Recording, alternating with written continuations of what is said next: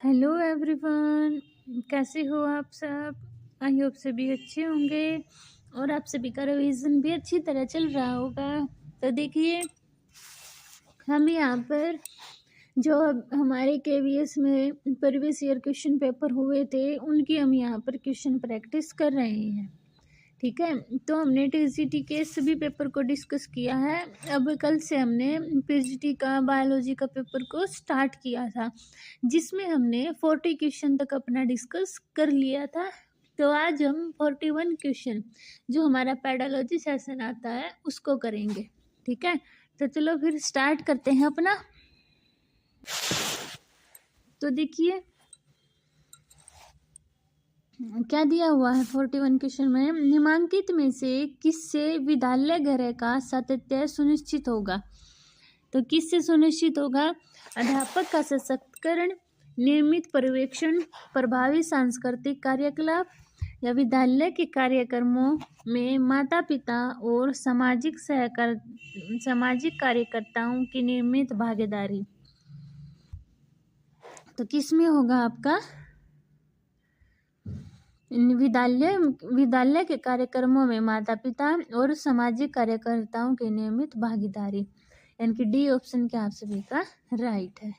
ठीक है, अभी देखिए आपका नेक्स्ट क्वेश्चन। देखिए नेक्स्ट क्वेश्चन में क्या दिया हुआ है। सामाजिक भावनात्मक अधिगम निम्नलिखित में से किसका परिक्रम है। तो आपका सामाजिक भावनात्मक अधिगम है ना, आपका क्या है? आत्म नियंत्रण का विकास। ठीक है, ये इसका परिक्रम है, यानी कि ए ऑप्शन क्या आप सभी का राइट है।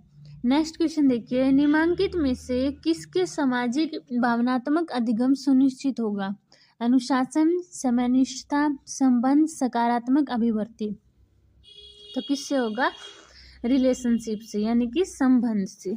ठीक है, अभी देखिए नेक्स्ट क्वेश्चन। नेक्स्ट क्वेश्चन में आप सभी का क्या दिया हुआ है।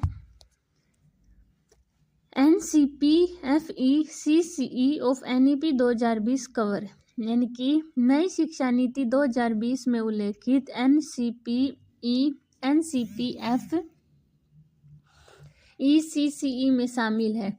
तो इसमें क्या शामिल है आपका? 0 से 8 वर्ष के विद्यार्थियों के लिए शिक्षार्थी रूपरेखा। ठीक है, यानी कि बी ऑप्शन क्या आप सभी का राइट है। नेक्स्ट क्वेश्चन, राष्ट्रीय पाठ्यचर्या रूपरेखा NCF 2005 में मुख्यतः क्या सिफारिश की गई थी। तो इसमें ज्ञान को विद्यालय के बाहर के परिवेश से संबंध करना आपकी क्या मुख्यतः सिफारिश जोड़ी गई थी, यानी कि इसका भी बी ऑप्शन क्या आप सभी का राइट है। अभी देखिए आपका नेक्स्ट क्वेश्चन। तो नेक्स्ट क्वेश्चन में आपका क्या दिया हुआ है। शिक्षा मनोविज्ञान के अनुसार अवबोध प्रत्यक्षकरण है। अवबोध या प्रत्यक्षण आपका क्या है? आपका है ये संवेदना और श्रवण। ठीक है, क्या है? संवेदना और श्रवण। 47 क्वेश्चन, बालक की अपेक्षा के अनुरूप परिणाम नहीं देने का क्या कारण हो सकता है। माता पिता का सहयोग नहीं प्राप्त होना, अवांछित माहौल, उचित मार्गदर्शन का अभाव या निर्धनता। तो बालक की अपेक्षा के अनुरूप परिणाम नहीं देने का क्या कारण हो सकता है? अवांछित माहौल। ठीक है, यानी कि इसका भी बी ऑप्शन क्या आप सभी का राइट है। अभी नेक्स्ट क्वेश्चन देखिए आपका। नेक्स्ट क्वेश्चन में क्या दिया है। दिव्य व्यक्तित्व अर्थात क्या होता है? बहिर्मुखी और अंतर्मुखी सिद्धांत के प्रतिपादक कौन थे। तो बहिर्मुखी और अंतर्मुखी सिद्धांत के प्रतिपादक आप सभी के कौन थे? बताओ सभी कौन थे? एडलर, जंग, फ्रायड, रोजर। कौन थे? जुंग थे। कौन थे आपके? जुंग थे। ठीक है, नेक्स्ट क्वेश्चन देखिए, बालकों में भावनात्मक भय को दूर करने के लिए निम्नलिखित में से किसने प्रयोग किया था। तो बालकों में भावनात्मक भय को दूर करने के लिए आपका वॉटसन ने, स्किनर ने, फ्रायड ने, जेम्स ने। तो किसने किया था? वॉटसन ने। ठीक है, यानी कि ए ऑप्शन आपका राइट है और इसका क्या था आपका? B option right. Next question देखिए, बच्चों में अंतर्वैयक्तिक संबंध का अध्ययन करने की तकनीकी प्रवृत्ति का क्या नाम है? तो बच्चों में अंतर्वैयक्तिक संबंध का अध्ययन करने की तकनीकी का नाम है सोशियोमेट्री, यानी कि साइकोमेट्री, यानी कि समाजमिति। क्या है? समाजमिति। नेक्स्ट, अपने स्वयं की असफलता विफलता को स्पष्ट करने के लिए अपने बचाव में प्रयुक्त मनोवैज्ञानिक प्रतिरक्षा क्या है? युक्तिकरण, प्रतिगमन, तादात्म्यीकरण, कपोल कल्पना। तो अपने स्वयं की असफलता यानी कि विफलता को स्पष्ट करने के लिए अपने बचाव में प्रयुक्त प्रतिरक्षा आपकी क्या है? रैशनलाइजेशन, यानी कि आपका युक्तिकरण। ठीक है, ए ऑप्शन क्या आप सभी का राइट है।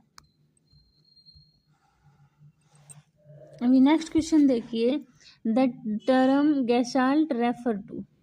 तो टर्म है जो गेस्टाल्ट रेफर टू, तो क्या करती है ये? आपकी एकीकृत संपूर्ण उद्दीपक अनुक्रिया, निर्देशित अधिगम या फिर आपकी अनुकूलित अधिगम। तो ये आएगा गेस्टाल्ट जो पद का तात्पर्य क्या है आप सभी का? एकीकृत संपूर्ण। ठीक है, इनकी ये ऑप्शन आपका राइट है। 53 क्या है? निम्नलिखित में से क्या गैर आक्रामक है? तो आपको बताना है इसमें से आपका कौन सा गैर आक्रामक है? जैविक उपचार, मनोचिकित्सा, रेडियो चिकित्सा, केमोथेरेपी। तो क्या है? मनोचिकित्सा, यानी कि साइकोथेरेपी।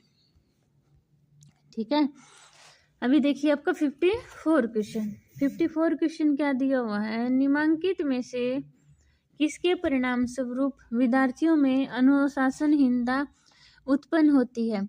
घर का खराब माहौल, अध्यापक का विद्यार्थियों के प्रति पक्षपातपूर्ण रवैया, विद्यालय से सहयोग का अभाव, सांप्रदायिक तनाव। तो किसके परिणाम स्वरूप विद्यार्थियों में अनुशासनहीनता उत्पन्न होती है आप सभी की? अध्यापकों का विद्यार्थियों के प्रति पक्षपातपूर्ण रवैया, यानी कि बी ऑप्शन आपका राइट है। 55 निम्नलिखित में से किसके फलस्वरूप विद्यालय में भावनात्मक संबल उत्पन्न होगा? प्रतिपुष्टि, फीडबैक की गुणवत्ता, उत्तम अधिगम कार्यनीति, अध्यापकगण विद्यार्थी और माता पिता के बीच सकारात्मक संबंध, परीक्षाओं में विद्यार्थी की उपलब्धि। तो क्या होगा? अध्यापकगण विद्यार्थी और माता पिता के बीच सकारात्मक संबंध, यानी कि सी ऑप्शन क्या आप सभी का राइट है। नेक्स्ट देखिए आपका 56 क्वेश्चन, पर्यावरण निम्न में से किसका तत्व है? तो पर्यावरण आपका किसका तत्व है? बिहेवियरिज्म, यानी कि व्यवहारवाद का तत्व है। 57 क्वेश्चन, निम्नलिखित में से किससे कक्षा में अधिगम का संवर्धन होता है? व्याख्यान विधि, प्रश्न तकनीक, सर्वदर्शन उपकरण, ब्लैक बोर्ड का उपयोग। तो किसका है आपका? क्वेश्चनिंग टेक्निक, यानी कि प्रश्न तकनीकी। अभी नेक्स्ट क्वेश्चन देखिए आपका, अधिगम करता अपने स्वयं के अनुभव के चिंतन में व्यस्त है, आपकी दृष्टि में यह किस प्रकार का अधिगम सिद्धांत है? तो यह आपका रचनावादी अधिगम सिद्धांत है। कौन सा? रचनावादी। 59 क्वेश्चन, अध्यापक और विद्यार्थी के मध्य किस प्रकार के संबंध से अधिगम का संवर्धन होगा? सौहार्द संबंध, भावनात्मक, कार्यालय, सामाजिक। तो ये आपका सौहार्द संबंध यानी कि कोर्डियल रिलेशन होगा। ठीक है, अभी देखिए आपका नेक्स्ट क्वेश्चन 60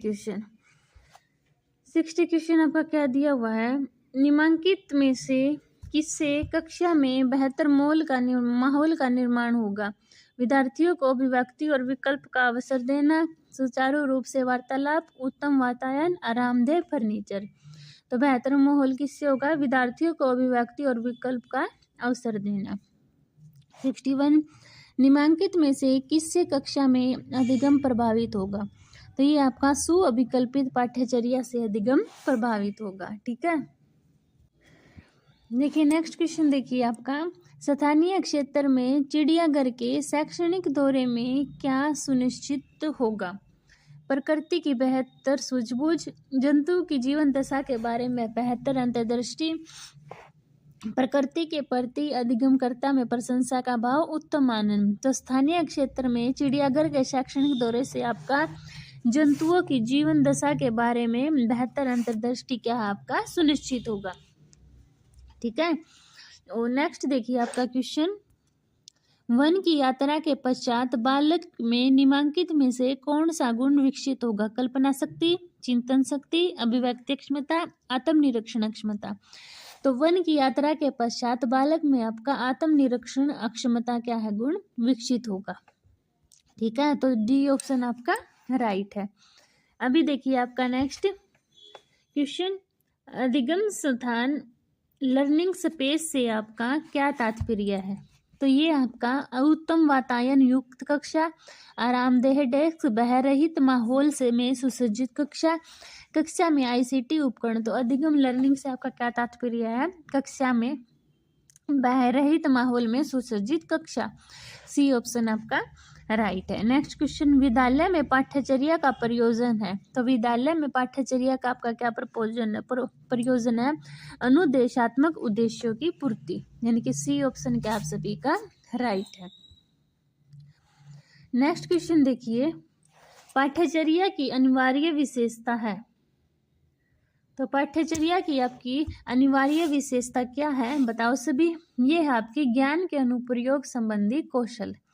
67 क्वेश्चन देखिए, जब बालक को प्रत्यक्ष स्थिति से उद्भाषित किया जाता है तो यह अधिगम की किस श्रेणी में आएगा? तो ये आपका अनुभवजन्य अधिगम की श्रेणी में आएगा। इसका सी ऑप्शन आपका राइट है। ठीक है, अभी नेक्स्ट क्वेश्चन देखिए आपका, निम्नलिखित में से किससे कक्ष में बालक का सबलीकरण होगा? रचनावाद में क्या है? कक्षा में बालक का सबलीकरण होगा। 69 क्वेश्चन, कक्षा में आईसीटी उपकरणों का प्रमुख दोष क्या है? तो कक्षा में आईसीटी उपकरणों का प्रमुख दोष क्या है आपका? समाजीकरण का ह्रास होना। ठीक है, इनकी सी ऑप्शन क्या है आप सभी का राइट है। ठीक है, अभी देखिए आपका 70 क्वेश्चन। 70 क्वेश्चन क्या है आपका, कक्षा में फीडबैक सिस्टम क्यों आवश्यक है? तो आपका कक्षा में फीडबैक सिस्टम आपका क्यों आवश्यक है? क्योंकि यह शिक्षक और विद्यार्थियों का आत्म सुधार करेगा। ठीक है, नेक्स्ट क्वेश्चन देखिए, शिक्षा मंत्रालय द्वारा हाल ही में शुरू किया गया मनोदर्पण क्या है? तो शिक्षा मंत्रालय द्वारा हाल ही में शुरू किया गया मनोदर्पण आपका मानसिक विकार से ग्रस्त विद्यार्थियों को सहयोग प्रदान करना है। ठीक है, यानी कि डी ऑप्शन आपका राइट है। नेक्स्ट क्वेश्चन देखिए, विद्यालयों में व्यावसायिक परामर्शदाताओं के अनुपलब्धता के फलस्वरूप तो क्या होगा आपका?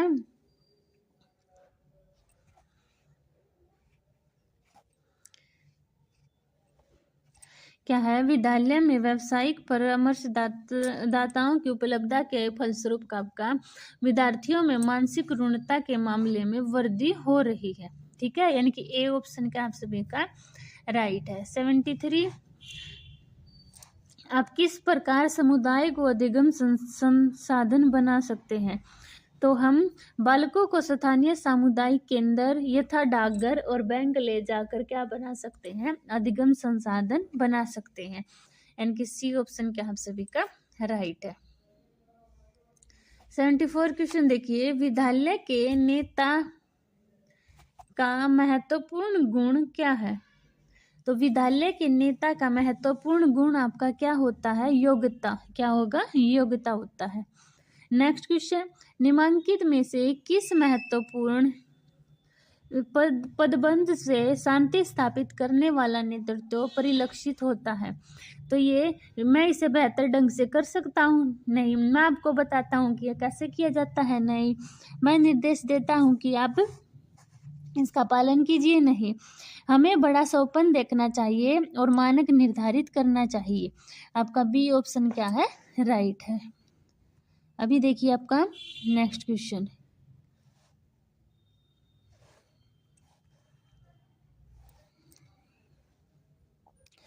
ये देखिए क्या है, नेता में निम्नलिखित में से अनिवार्य गुण कौन सा होना चाहिए।